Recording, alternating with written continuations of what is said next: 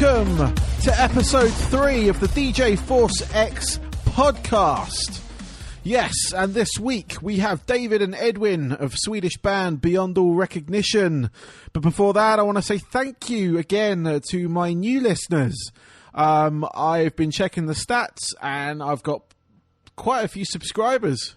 And it's kind of surprising me, so that's cool. Thank you very much. Just to remind everyone, you go to iTunes, subscribe, or you can go to Stitcher and subscribe, and both of them have review systems. So if you could leave a review if you enjoy the show, that would be absolutely awesome.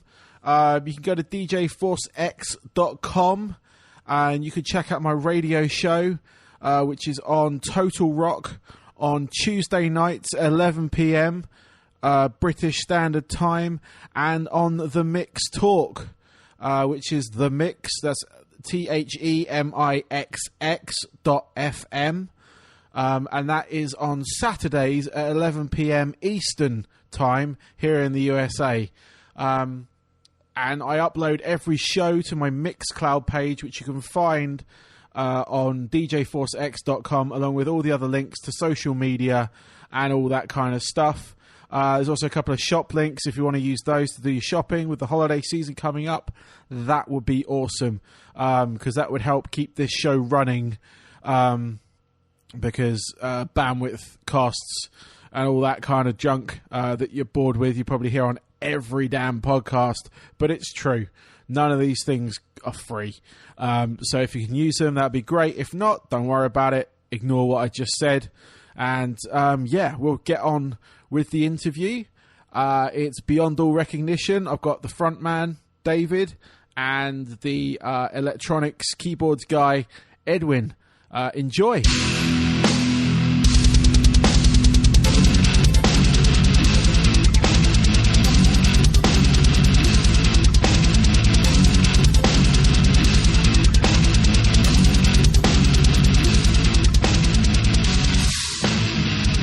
Welcome to the DJ Force X podcast. This week we have Swedish Dubcore band Beyond All Recognition.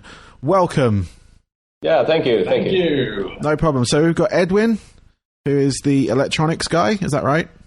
That's true. I control all the electronics, the dubstep, and I do random stuff, basically. It's awesome. Pretty fun. Awesome. Yeah. And we got David, who is the lead singer. Yeah, that's correct. Cool. Well, welcome to my podcast. Thank you for doing it. Yeah, no problem. I was wondering if you could give me, just to start off, just give me some history on the band, how long you've been around, any sort of big bands you played with, stuff like that. Just some random facts. Yes, random facts. So I guess I'll just start. It all started in 2009.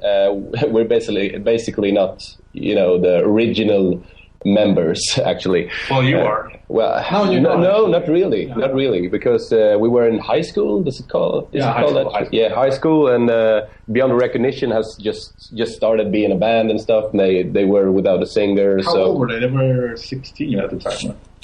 16, yeah. Yeah, so they actually started the band when they were really young. And the people we're talking about now, I think it was Paul, the guitarist, was David Eriksson, the other guitarist, and we had Pontus on bass, and who was the drummer then? Sebastian. That was an old drummer. That was the basic, the first lineup, but they were very young. And then and then I joined, and stuff, just happened. The band just grew and grew, like those early years. And I've actually been in the band for altogether now 3 years almost. So I'm still like the newest member. So. If we make this short, we have, for like 4 years, we have been a series band. Okay. And things like in the beginning, it was, we wrote like some pretty basic metalcore songs and just try to, just get some shows, just have a good time. And then we made the first Between the Lines and Now or Never, our first ever dubcore songs. We made a single about 2 songs, and we were 6 months before Korn released their, electronic. Okay, cool. Yeah, so we were actually kind of like, hey, what the fuck, they're doing it. I couldn't get attention, but actually, so when we started doing that actually when we started getting gigs with bands that are that we thought were cool to play with. Like we had labels and publishers just went all over us. Yeah, exactly. So we then we started having some shows with like bands. Like our first tour, I think, was We Butter the Bread with Butter. Do you know those guys?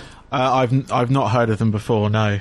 Yeah, they're really big in Germany. They're a German band, so they sing in German. That was like our first big tour. That was really it wasn't a big for us. It was big for us. Yeah, it was like 4 or 5 dates, I think. But a brilliant tour. Yeah, it was cold as hell. It was November in Germany. It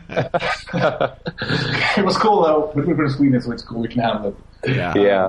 And we've also played with bands like we've been on a couple of tours with Swedish band Dead by April. Do you know them, perhaps? Yeah, I've heard of them. Yeah. And also we had a small Sweden tour with Adept. Yeah, do you know those guys? No, I've not heard of Adept. No. Yeah, they're cool guys. Also Swedish. And what else? Yeah, we released our first album in 2012, and we played Metal Town and Sweden Rock. Yeah. Sweden Rock. That was awesome. Yeah, cool. Cool. So yeah, that's basically a short story of our adventure. I honestly, I didn't realize you actually had an album out. Yeah. I stumbled upon you guys from one of my friends randomly shared a video on Facebook, and he was talking about, like, he said that it's got probably one of the best breakdowns he's heard. So I was like, okay, I'll give it a go because I like my hardcore. So I put it on, and I was just like, this is really good. This like melds the two, sort of like the metalcore and the sort of dubstep sound. Yeah. And at the time I had this, I've still got it. I've got a radio show, which you guys know about. Yeah. But and that's when I contacted you originally to see if I could get that single, which was Martyrs. To play on my show. Because my show specializes in that sound of electronic music and metal. Yeah. It's specific to that, I guess, subgenre, I suppose, but it's not just like, it's not like the dubstep and metal. It's like I've got trance, techno, drum and bass, all the sort of big electronic dance music kind of styles, but remixed in, or like tracks remixed in that style, or like bands like you who melt the two styles together to make their music. But I didn't realize you had an album out. I didn't do my research properly. Yeah, you probably like that one. It's even more brutal, and it was the first album with just brutal drops with dubstep and stuff. I'm very upset. It's called Drop Equals Dead. Did you hear me? Drop Equals Dead. Just check it out. It's on Spotify and worldwide. So I will check it out on Spotify later. So yeah, that's cool. So you've coined the term dubcore. How did you decide on that particular coining of that phrase for that sort of subgenre? No, it was pretty simple. Like, we like metal, we like dubstep. So we're like, hey, they go heavy and heavy go together. So let's just call it dubcore. It was pretty. It was such an obvious term for us because, like, we love dubstep. And this was back when Skrillex released what's that song called? Classic, Scary Monsters and Ice Sprites. So, the classic when it all kind of broke out, the commercial dubstep electro thing. So, and we got hooked on that right away. We felt like, oh my god, this sounds like metal except it's electro. It's like the same feeling of a breakdown. But before Skrillex, we had Downlink and stuff. We actually listened to some like true stuff as well. It's not just only the commercial stuff. We also actually like the genre itself. So. That's also why we wanted to call it dubcore, because we tried to stand by that, and we tried to show that in our album, Drop Equals Dead. Yeah. Have you heard about a guy called Wartech? I've heard the name. I've definitely heard the name before. Yeah, he did a remix, right? He did a remix on our album. So. Okay.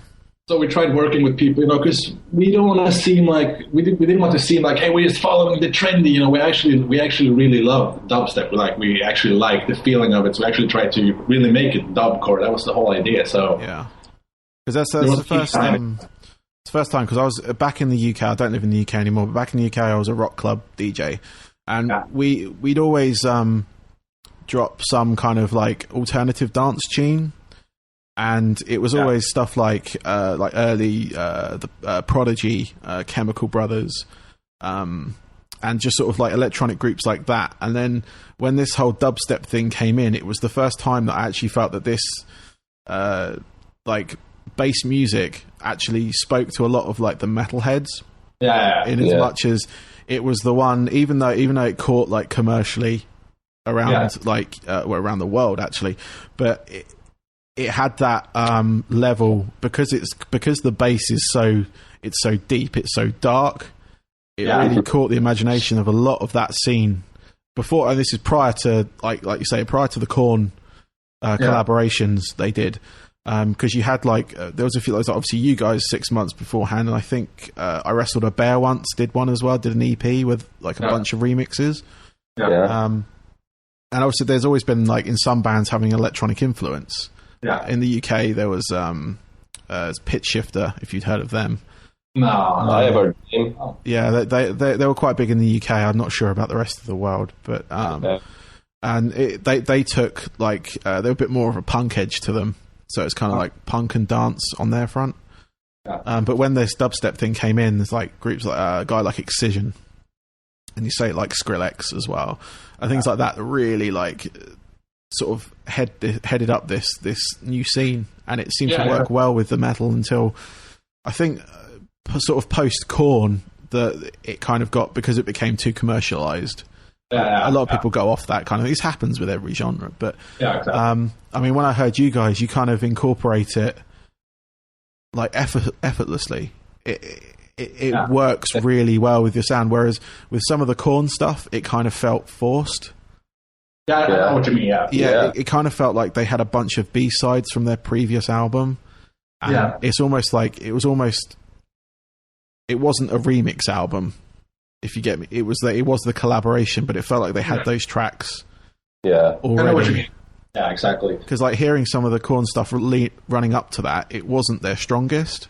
But just before that, I think their live show and everything really picked up, and they started I think their latest album's pretty good. As far as Korn goes, and that's post their sort of dubstep release anyway. But I mean, within your sound, I mean, I hear the dubstep influences, like I said before, with the likes of Excision and things, and the sort of the Korn sound, but I also hear a bit of Slipknot, Soilwork, Avenged Sevenfold. Would you agree with that? Are those bands that influence you? Yeah, maybe. Now that you say it, actually, Björn Strid, the singer of Soilwork, actually sings on one of our songs on really? on the album. So you can tell my research is really bad, but called Brace Yourselves. Yeah, so we asked him if he wanted to sing on the album. He actually did. We actually met him while on tour last time with Dead by April. That was fucking awesome. He was my idol when I was 16 when we started the band. I was like, oh my god, Björn Strid. So it's funny you should mention that, actually. That's really good. It's amazing when that sort of stuff happens. You just sort of you get to meet, because sometimes I always had this thing of don't meet your heroes, because the expectation is so big. But the few ones that I have met in person have all been amazing people. I think I've only had one incident when the guy just sort of came across as a bit of a dick, but I've experienced that as well. Lemon Motorhead. We couldn't watch. Actually, no. I can tell you real quick. We were on tour, and Dead by April. We were supporting Dead by April, and they had a gig in Poland, whatever. So I was hanging out backstage, and I see Mickey D walking out. The drummer Motorhead. Okay, yeah. And that's the first time I actually really saw one of my true idols, and I just fucking. You became a child. I froze. I was so scared that I talked to him. And he was so much shorter than I expected, because I'm a tall guy, I'm 190, and he was I don't know, he was very short. So but he's a nice guy, really nice guy. I was kind of disappointed with his length, though. No. The singer of Asking Alexandria. Mm-hmm.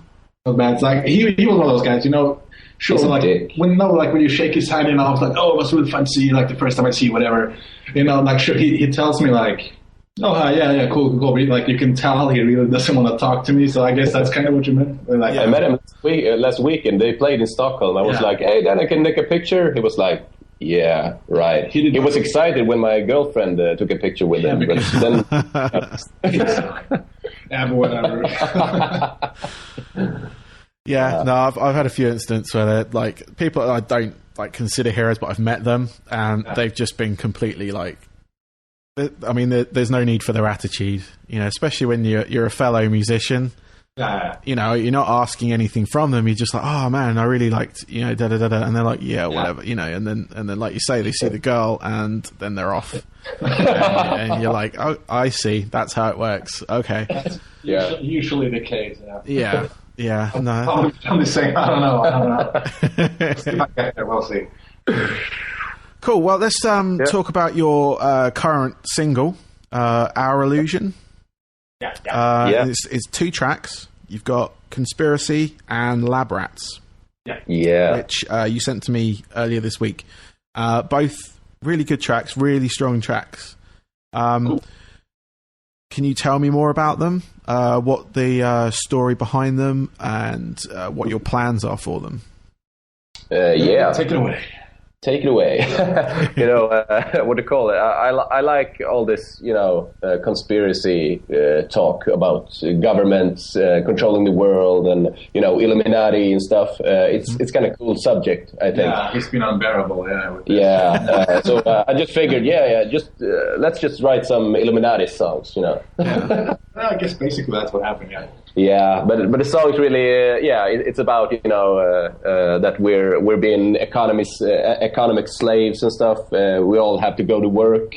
That sucks, we just want to go out touring and just have fun, doing stuff you like. I don't think anyone in this whole world really loves their job and just I'm going to work. Yeah, fuck yeah. No way. Can we curse, by the way, on this show? Yes, you can. Yeah, there's no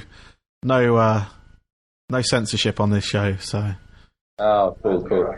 Yeah, but so the songs is all about, we're lab rats by the government, the higher powers. We're just people who's bringing in some money, and so the world can go around.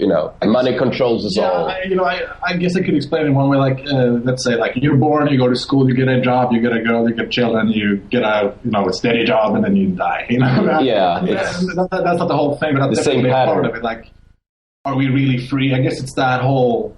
It's a lot of different things, but you could call it definitely conspiracy songs. Yeah, but also there's a lot of dialogue about it's really deep stuff, actually. Are we really free? Yeah. Even if we're happy, we could be unhappy. Just fool ourselves. Yeah, it's that kind of to quote, I think, Bill Hicks, you are free to do as we tell you. Yeah, that kind of feel to it. Yeah, exactly. And I'm definitely not a conspiracy guy. I think conspiracies and stuff like that just drive you crazy. Like, especially with me, I'm definitely skeptic. You're just stupid. No, I'm just skeptic.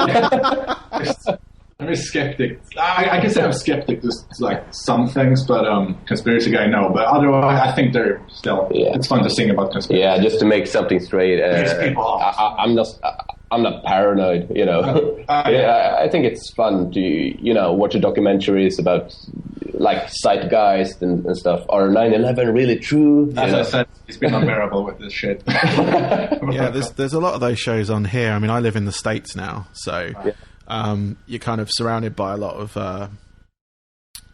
So, I mean, I'm not surrounded by conspiracy theorists, but a lot of the TV channels, like the smaller ones, like the sort of history channels and stuff, they're always showing, like, the sort of the mainstream conspiracies, like the 9/11 things and the Roswell and the assassination of JFK and things like that. Stuff that happens here. And I always... Sorry. We actually have a line. It's just pretty sad. What's the lyric? Explain the pyramids. Explain the death of JFK. Yes, the dimension. Sorry, I interrupted. It's good how this is working, I think. So I'm just delving into your stuff for now. But no, I mean, you get them all over the channels here, and then, I used to follow a few people that also heavily believe in these conspiracy theories. Like posting up like articles and a few of them I think actually published books on the certain subjects, and just like some of them are really controversial, some of them are just there to spark a thought in your mind. I mean, obviously with you guys, you're talking about it, is it to is it to spark that thought in people's minds? Is it to get them talking about it? Because obviously you sound like you're into the conspiracy theory. Is it to like I said, is it to spark that conversation between people? I'm definitely not, a hardcore conspiracy. I like to read about that stuff, and I definitely don't think that thing is what they say it is. The government is truly hiding many things, but maybe it's not that brutal that the conspiracy thinkers are thinking about them. Yeah. So, I mean, we're not a conspiracy band. We're not a political band. I wasn't going to go down that avenue. I was just like, when you were writing these songs and things. Yeah, it's just a theme. It's just a theme you're running through for. I mean, have you got an album due?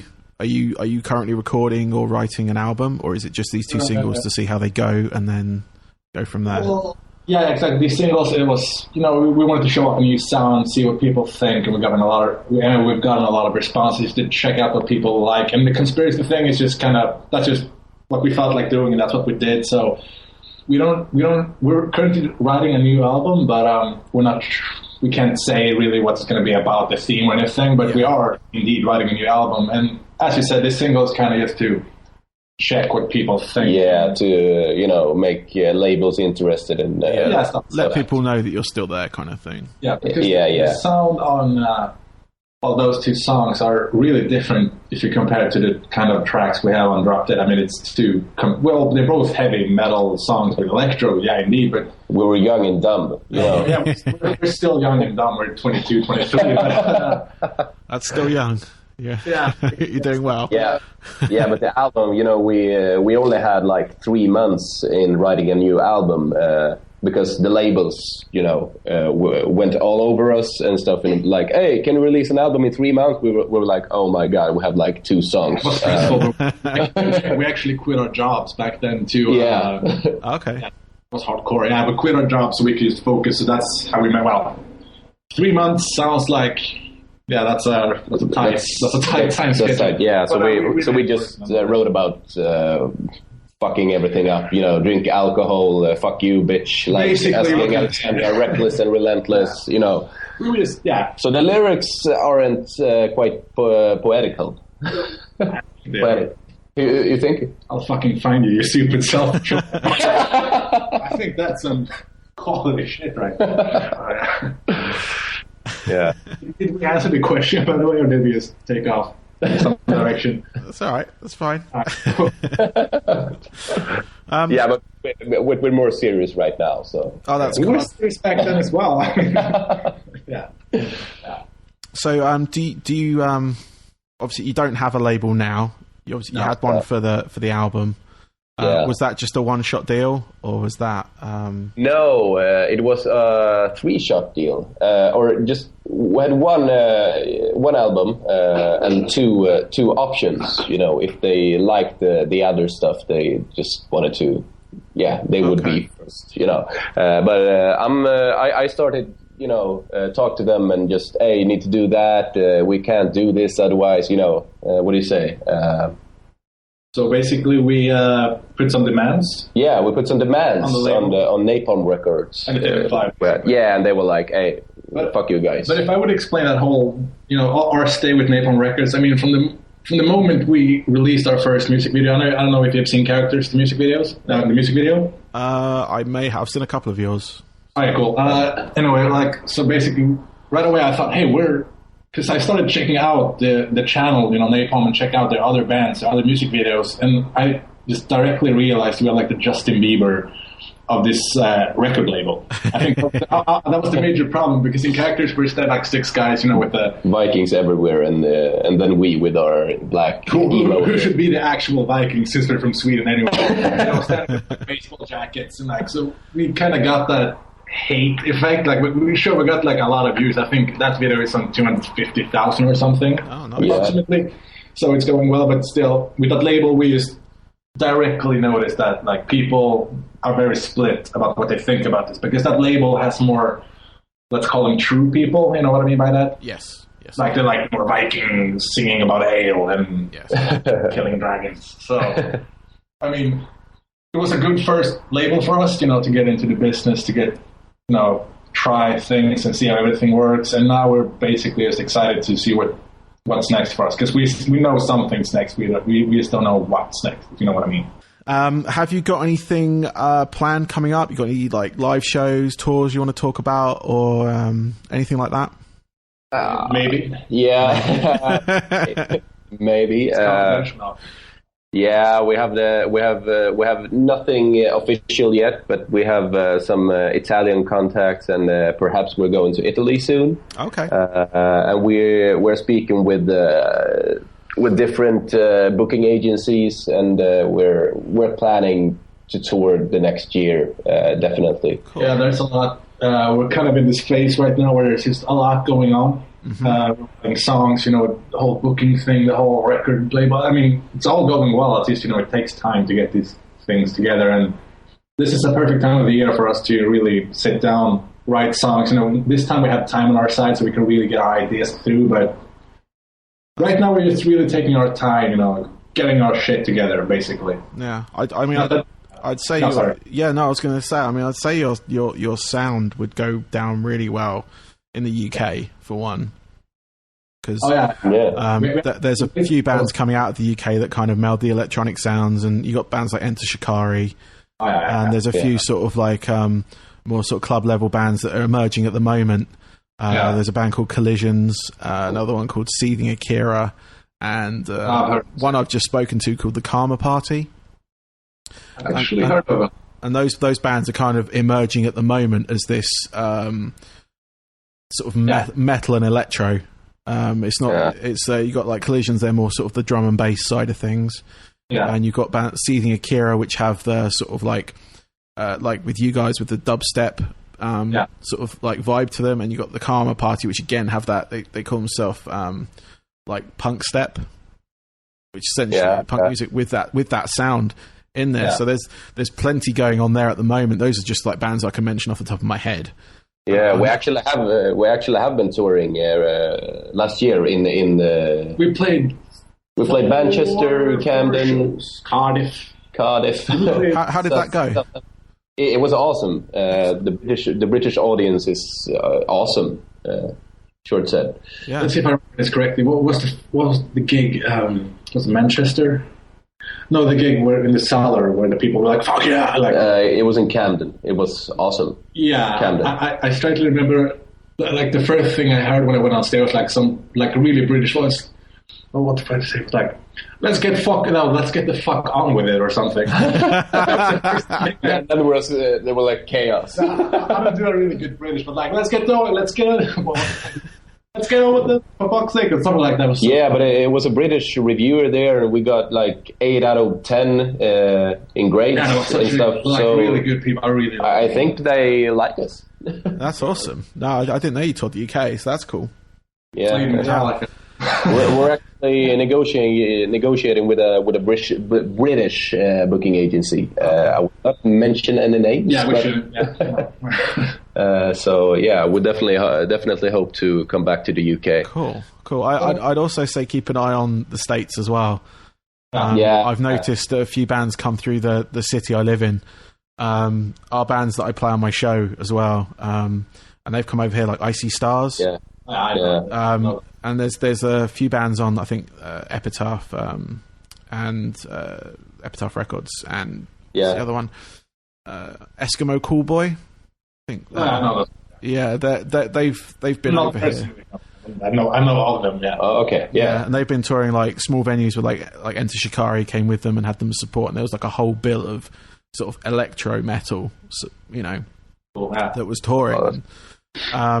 I'd say keep it if you can find someone for that. I think that's a scene that's going to do well from the amount of attention that it seems to be getting. It would be worth sort of trying to check out some kind of US booking agent as well. Obviously, that's the dream, isn't it, to tour USA? But I was about to say that. It's kind of hard for a Swedish band to get over to the US. Europe for us. It's only been Europe actually. I think we have our most success, I would say, was Germany, right? Germany, I think we have the biggest fan base in Germany. Yeah, but we had one show in Russia, and we have a big crowd there. Just after that one show, it's ridiculous. Yeah, Russia was scared 24/7. Yeah, they're like printing their own merch with their logo and stuff, and just like, fuck yeah! Nice. So that's one show, dude. Yeah. You were talking about earlier that you're seeing now that bands are rising now with the electro kind of sound. That's what you were saying, right? But yeah, no, I've just noticed it now. Obviously, since I've started doing my radio show, I'm a bit more aware of what bands are around that are doing it. So I get sent music from various, labels, or even like you did, the bands themselves are sending me stuff, or I go out and I find them. Yeah. And I say, send me your music, I'll give you a spin on the show. And it's just noticing how many more bands there are out there with that electronic influence. Like, I'm not surprised, but I definitely think electro will become. I'm not going to say dubstep. I'm going to say electro is definitely going to become more and more a part of metal, because if you look around Facebook, internet, whatever, you see the way things are progressing. You can definitely see that electro is becoming more. I don't think accepted is the right word, but like people are starting to realize what you can do with the software, what you can do with that kind of. It adds a whole new world, like to the. At least that's the feeling I get, but I definitely think that it will increase. Like more bands will come with electro. I'm not saying dubstep, you know what I mean, like pads and stuff. I don't know, sound effects and. I think with the advent of home recording, it's become more apparent. Whereas, because you can produce an album in your bedroom. I mean, I can do it right now in my studio here. I've got Ableton, I've got a whole bunch of samples that I've recorded, and I can just, put it together and make a song. And it'll have metal, it'll have dance, it'll have whatever I want in there. And I think with that, a lot of bands before it was studio time, and it took a while to get the loops in to make them work, and it just sort of, it was an extra headache for the sound engineer who wasn't used to having to meld natural sounding music with the precise electro music. That made sense. It was either one in mass with a little bit, or it was the other way around. So you had dance bands that had a little bit of guitar over it, or you had rock bands with just like a break beat in the middle. It wasn't like full on layered sub bass, drops and all that kind of stuff. It didn't. Do you mean like from the start of the song to the end of the song, like mixed in through the whole song? It wasn't like a break in the middle, because I'm like some of the early tunes that my band produced. It had they had break beats in, but they were just like literally like 2-3 bars. Maybe 2-3 bars later, but there was always like you had that kind of difference in sound. Whereas now it's kind of it just sounds natural. Yeah, exactly. Well, actually, that was one of the things we noticed because when we did our first ever dubcore song, Between the Lines. If you listen to it, you will hear like the vowels and the effects, and they're like you can hear they're pretty like standard. Like it was early for us, Well, they suck. It was me who did it. Okay, I wouldn't say that's a good song, but yeah, it's true. David did that. It sounds like farting bubble with some. It's a good sound. We noticed like a bit what you were talking about, like some bands. Of course, like surely they would have like some electro aspect, like maybe a vowel would come in the middle of the song or some effect here and there, but we noticed that there weren't like any bands who were actually doing the thing, like the whole idea through and through, like from the beginning to the end. It's going to be like a true mix between the two genres, like the mixing and the production is you just get everything to be perfect. Like that was our goal, and we had the guy who did our electro. Just to get that straight, you are the electro guy now. You're doing this stuff live. So I'm not actually. I haven't written or produced the effects and the vowels and all the electro. That was actually Mr. Edwin here beside me. He was actually the drummer before the one we have now. Because he saw this whole new world with the electro stuff. So and that's also like one of the reasons we had so much like being able to get a hold of record labels and stuff, because I think that's a big part of it, because we really spent a lot of time into mixing these two sounds together. And the guy who did the dubstep, Fredrik Alexius. Yeah, he's called Alexius. It's his stage name, you know. Yeah. So we have a collaboration with this guy who lives in Stockholm. So. And I'm currently just doing the live, you know, so people see that someone is actually on stage, actually controlling the stuff, because that adds, you know, that adds to the show, of course. So. Yeah, because I've seen bands where they've just had like backing track. Yeah, backing track, you know, that tape triggered or whatever. To and not actually have the guy on stage or a guy on stage. And it's nice to actually see that now with bands, that having the guy there, even if he's just sat there. Well, not sat there, but he's there. He's got his laptop and a keyboard. And exactly. It's that. I mean, I've seen a lot because I use, like I say, I use Ableton. Yeah. I just mess around on it. I've not really produced anything of any. You know, I just do it for. I've done a couple of remixes, stuff like that. That's what I use Ableton for. But I sometimes put together my own tracks.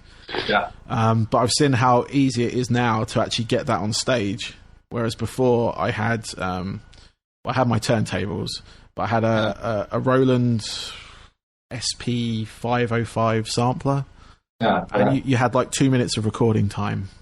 Yeah. So, that was mono and like 8-bit quality.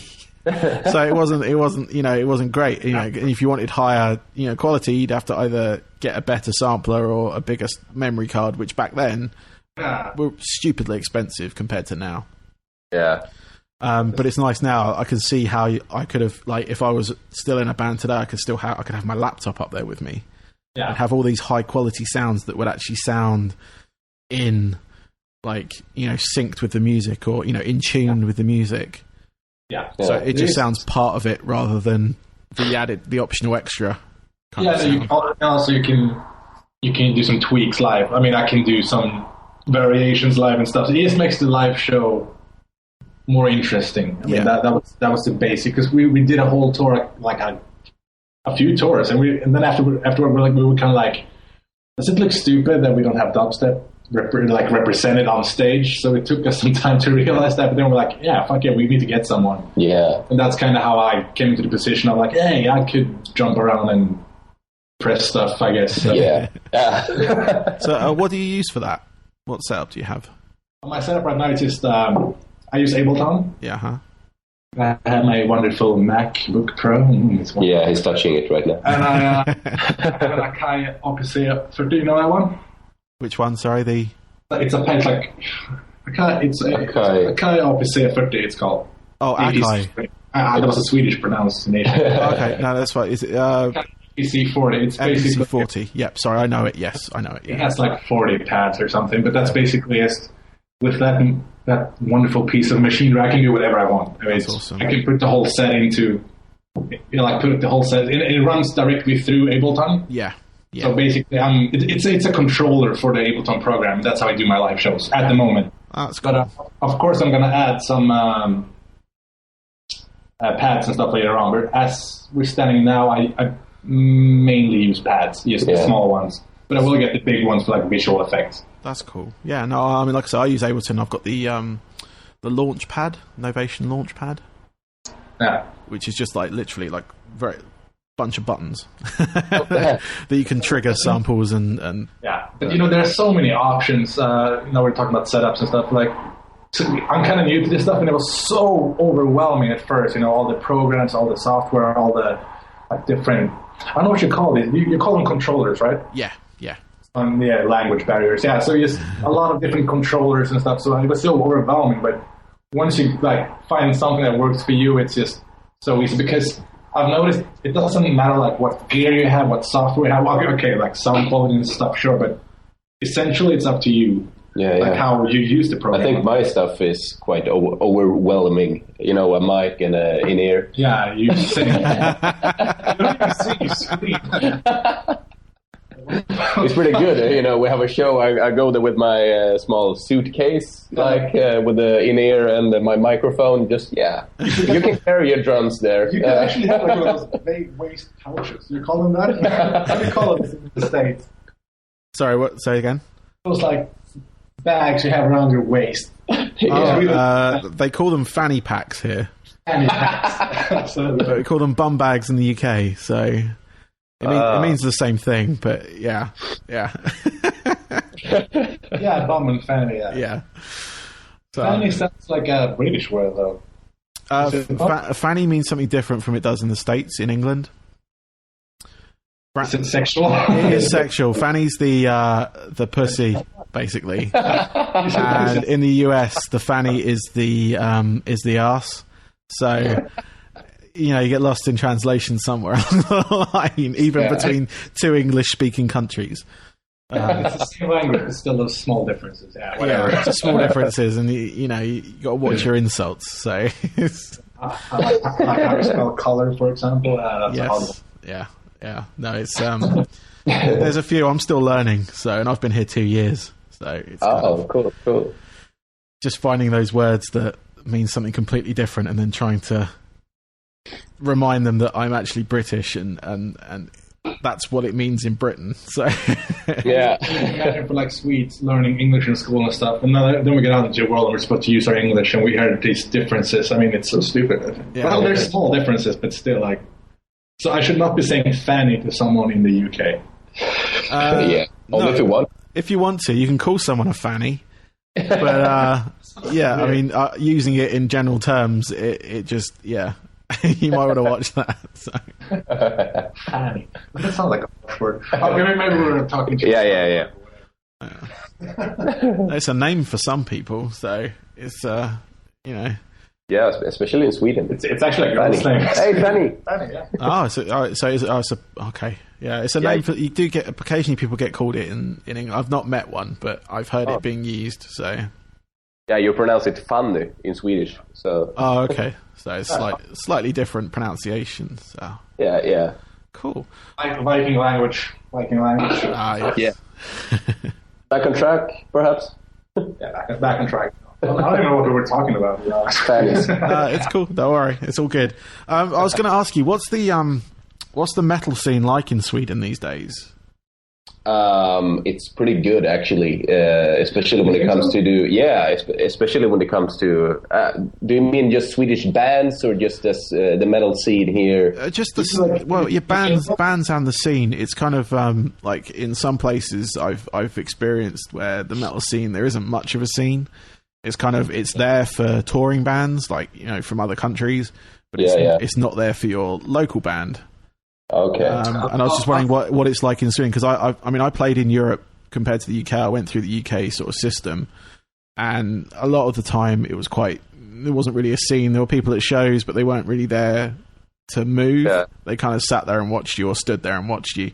Whereas when we played in Europe, it was completely different. It was people went to shows because the show was on, didn't know who we were, but they were having a good time. Yeah, I've learned that really depends on the country. But if I would talk about our own experience, like when we were 16, 17, we would always go to shows, I remember. And almost every Friday night or Saturday night, we'd have like some local bands, like the local heroes at that time, and we would like just fill up a small room and just go crazy like each week. Like it was really good. And this was like 7 years ago, I guess. Yeah, it was like more metal bands in our hometown than it was. It was a lot of bands. Like the music life here was really cool. I mean, you met your friends every week and listened to music, have some drinks, whatever. Although we were underage, perhaps, I don't know. Anyway, and then if we would compare that to now, it's changed a lot. I would say. Yeah. Less. I mean, not much metal here. Not much music here in our town. Just 10 miles from Stockholm. I would say we're basically we're like 3 known bands in Västerås, like in the local scene. Yeah. Compared to before, maybe like 10 or 11 was like a lot of bands. Yeah. So it's definitely died a bit. And I think I'm not gonna talk shit about my own country, but I think the people here are pretty stuck up. Is not the right word. They're pretty. Like I would say, careful. Like these comfortable, uncomfortable. Like just love you just love the sofa, their Volvo, and their dog. And I wouldn't say that. It's definitely died down. I mean, I definitely prefer playing in Germany than Sweden. I love playing in Sweden, but I mean, it's a different mentality here. Yeah, let's take it to this level. If you have a show in Sweden on a Tuesday and you're like a local band, you will probably have like 10 people in the audience. If you go to Germany, people are like, oh fucking god, it's a band playing, it's 200 people there. That pretty much sums it up. But Yeah. But in Sweden's defense, like if there is a good, well thought out gig and it's well planned, people will come and we will have a good time. Yeah, if it's Friday and it's free beer, people are like, "Oh my God, it's free!" Yeah, free works very well with Swedes. Yeah, that's how you get them. Yeah. That sounds familiar. So yeah, Sweden is like, oh my God, do we have to pay to listen to live music? This sucks. They like to complain about prices at shows, even though we're not if I would say dollars, I would guess the tickets would be around, let's say $10. Yeah, okay. That isn't too much. I think it is for a good show, but people, especially the young ones, like the 15, 16, 17 years old, they're very picky. Yeah. I can't talk for everyone, but that's just my opinion of today's goddamn youth. And the promoters in Sweden are quite, what do you say, snål. They don't want to pay, bands to play music. That's quite similar to the UK. Okay. The UK at the moment, when I left, the few years prior to that, it turned that very much way. I think people coming out to local shows, it was more and more difficult to get them out. Yeah. It doesn't matter really what time or what day of the week it was, So, because I was in one band for like 10 years and we did quite well, and then a few years after that I joined another band, just purely playing relatively local, but and it was very different. Like I could go out and flyer the show, get people interested, but then very few turned up. And it was kind of it wasn't so much disheartening. I mean, it made me work a little bit harder. But at the same point, I was like, why is it so difficult? Why aren't people coming out to these shows? It's not as though they're far away from the venue. It's in the middle of a town. Good public transport, all that kind of stuff. So they didn't have to worry about, But it is literally people are comfortable at home and they'll download your music for free. And then they'll, unless it's someone coming over from the US or a big European band coming over, they're not going to part with their money as such. That was like the first question we got when we released Our Illusion. We were like, "Hey, you can buy our new single, Our Illusion, on iTunes. It's very, very cheap, And people like, "Are you guys on Spotify? So I can listen for free?" Yeah, that was the first question. Yeah, that was the first question. But then again, I would do the same probably. I mean, I'm not saying we're better. But... No, it's just a different mentality from a few years ago. Whereas now with the advent of Spotify and YouTube and all that kind of stuff, where they can stream the music freely from the source, and obviously you get a couple of pennies back for it, but it's getting people to part with that that dollar, that pound, exactly. To buy a track. It's become more and more difficult. Whereas a few years prior to that, when I was we released albums and the first couple of albums sold really well. And then the third one didn't sell so well. And it was that cusp of change where people were streaming music. They'd have Spotify like a radio, they'd have it on in the background and it would just automatically select tracks for them. Or they could make playlists. They didn't have to burn a CD. They didn't have to buy the CD. No. They didn't even have to torrent the album. Which is like, you're not even downloading it for free. You're streaming it. Yeah, we're getting a very tiny bit of revenue from it. Yeah. But then they're not sharing that as well. That's the other thing. It's the aspect of when I was a kid, we could make compilation tapes or CDs. Where we'd share with each other. That's how I discovered a lot of bands. My friend would make me a CD or whatever, and it would have like 10 tracks on it. And it was great. Or a cassette tape. I'm old enough to remember cassette tapes the first time around. and people would I'd make compilation tapes and give them to people of tracks I liked. Yeah. And that's how it worked back then. Then we had this music sharing thing, which is great. It's the same sort of thing, but it's a bit more instant. You go on, it was Napster back in the day, and and they'd be but there was no money changing hands, but it was like random tracks, and then it started to be the complete albums. And I think that's where the sort of the industry kind of fell behind. Yeah, exactly. Because they'd always kind of accepted compilation tapes and CDs. Well, CDs to a point, it became easier with CDs, but when it became like the full album, that's when the problems sort of started for artists anyway, to like the smaller artists to make money. The big artists didn't really have to worry about it till a few years later. Then they realized, like, shit, our music's being given away for free, and we're not, our label's not going to give us our, advance on the next album, or it's not going to be as big as previous. But and I think with that, now these days, it's getting people out to live shows. So unless you're a huge band with who rarely or doing like your final tour or reunion tour, and it's getting that buzz going just seems to be a bit more difficult for the traditional style of things. Obviously there are companies out there that have nailed viral media to a point. They can put a track out and it will instantly go out and people will be sharing it, and it'll get like 1 million views in the first day, if not the first few hours.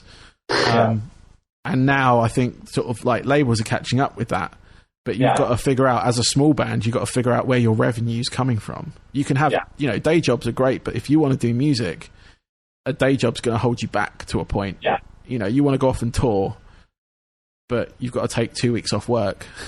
And the tour isn't going to make you any money or pay for that holiday, so to speak. We know that feeling. We have experienced this very thing you're talking about. Like, this empty fridges and stress, like getting it together, like working a job and at the same time, giving it your all at the band. So I think that's just how the industry has evolved. I mean, you're talking about the download, the whole download thing and the whole industry catching on and whatever. I mean, I think it's just a natural evolvement.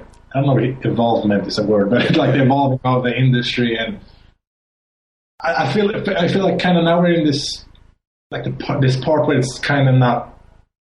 It's hard to explain what I'm thinking, but there's just so much stuff going on right now with the whole download thing. They like our songs on Spotify, sure, but we're not getting a lot of revenue from it. Last year we were saying and stuff like that. I mean, I think this industry is so weird right now. Yeah. But it's going to settle, I think, because we're kind of making the jump to the digital age or whatever you want to call it. Yeah, I mean, I think with Spotify, it's like a friend of mine came up with a really good analogy. It's like you pay to go through a museum, and you get to look at all these pictures for the price of admission, which is like the monthly cost of Spotify. If you do it for free, you've got like adverts, but you can pay like a monthly subscription. You go in there, and then it's like walking into a museum is like subscribing to Spotify. You get to see all these pictures, you get to listen to all this music. But if you were to ask someone if they're like, they get their camera out and want to take a picture of the Mona Lisa, for instance, would you charge £1 for them to do so? It's that kind of like it was I thought it was quite a good analogy, like for modern day like music thing. It's like you wouldn't be able to get away with that. So if you want to take a photo of the Mona Lisa, it's going to cost you 99 cents or whatever, and people go, no, I'll go, I'll leave it. But it's that kind of it's getting over that, because obviously if you charge someone to look at a piece of art on its own, but if you charge them to look at hundreds of pieces of art in one cost, then that's people are more likely to do it. But it's trying to squeeze out of Spotify a larger royalty payment for your music. Which is going to be slightly different. But if they sell more ads, and obviously some bands have said, no, we don't want our stuff on there. But then other bands are like, yeah, go on then. And then they'll get millions of listens, and they get, I don't know what the actual like breakdown of the cost is. Yeah, no, I'm not sure. Payout is, but it soon that will be, I feel that will be the main source of revenue for a lot of bands, because they'll get bigger advertisers on there. They'll get the big corporations. They'll get the Coca-Colas, the McDonald's, and all that kind of stuff, pumping money into it because people are using it. And then if people don't want those adverts, people will pay for it. Yeah, and I think that'll be that's the kind of future of music at the moment. Obviously, there's a resurgence of like physical media sales in the way of vinyl. That's going up worldwide. Which is great. I love vinyl. I'm a turntablist. I love the vinyl. It's like that's my thing. And there's now talk of like cassettes, like people releasing cassettes. Yeah. Which again, I mean, I'm not a massive fan of the cassette. It's kind of the vinyl is great. It's a physical prospect, but the cassette and the CD. I think cassettes, that's a bit overkill. I can definitely get vinyl. Yeah. It looks nice. It's it's a cool collector's thing, but cassette, what the hell? Why? is there? So you're saying there's actually people interested in cassettes? Yeah, I mean, I know a few sort of independent bands that have put cassettes out as part of their release of music. That's so cool, but it's also so hipster somehow. Yeah. No, I know, and I think they just announced that. I don't know if you've seen Guardians of the Galaxy. Oh yeah. The compilation tape he uses through the whole film. They're actually going to release that on cassette as well. I would actually buy that. I was thinking that's the kind of thing you'd buy, but there seems to be a resurgence of people wanting albums on cassette, like new albums. So I think having these resurgence of physical media, I think is good. It's not going to be anything long term, I don't think, because now I'm looking at Amazon, and to buy a download is more expensive to buy than the CD. The CDs are cheaper than downloads on most new releases. Holy shit! Well, that's kind of what I meant by that's what I was trying to explain before, about how I think we're in a weird time with the industry, how things are doing. And I think that's a good example of one of those things that are pretty weird right now. How a CD could be cost less. Yeah. So that just doesn't make sense. But yeah. No, it's bizarre. It's completely bizarre. It's the government, dude. Yeah. Let's blame the government. Conspiracy. Straight through. You made this single, goddammit. Listen to people. Yeah. We were talking about the music scene in Sweden before. Remember that? Yeah. One thing I forgot to mention is why it's become less. I think it's not because of the people. Mainly, I think it's also a big deal. And this goes for a lot of other countries as well. That it's become less people are engaged in actually booking shows or making shows, keeping the culture alive. You know what I mean? Yeah, keeping the scene going. Yeah, in Sweden that was very strong. Yeah. And now it's really weak, and that's also because a lot of places have shut down. People have started stop being involved with it. So I think also that's a huge part of it. Just to be clear on that. Yeah. With that being said, this conspiracy shit and stuff. The venue that was most popular during our time, they basically got fucked by government here. Yeah, that was one of. Yeah, they were forced to close because of some alcoholic laws and stuff. Okay. We shouldn't have alcoholic laws. So yeah, when you say it, right after that venue just shut down, the scene just. That's sad. Yeah, that happened a lot in the UK for a bit. A lot of small independent venues were getting closed because of changes in licensing. And extra costs and things like that, and noise complaints as well, which seems to be a current thing in the UK where they've obviously living in the States, I can still keep an eye on what's going on, but it's one of my old local venues was under threat because someone had moved just down the road from the venue and was complaining about the noise. Now this place is it's soundproofed as much as it can be, and so it's minimal noise leakage, but the fact that they bought a house nearby and weren't told that it was a venue, that's so and a lot of venues in the past few years have fallen because of that, because people have moved nearby and then suddenly realised that it's a venue and there's going to be live music most nights. And they've got they soundproofed it as much as they can. They've got double doors and stuff like that in place, but luckily, they were saved. They had a lot of people behind them, the guy from what's his name, Paul Weller, who's a famous musician here, and a lot of there's another guy called Frank Turner and Ed Sheeran, all sort of and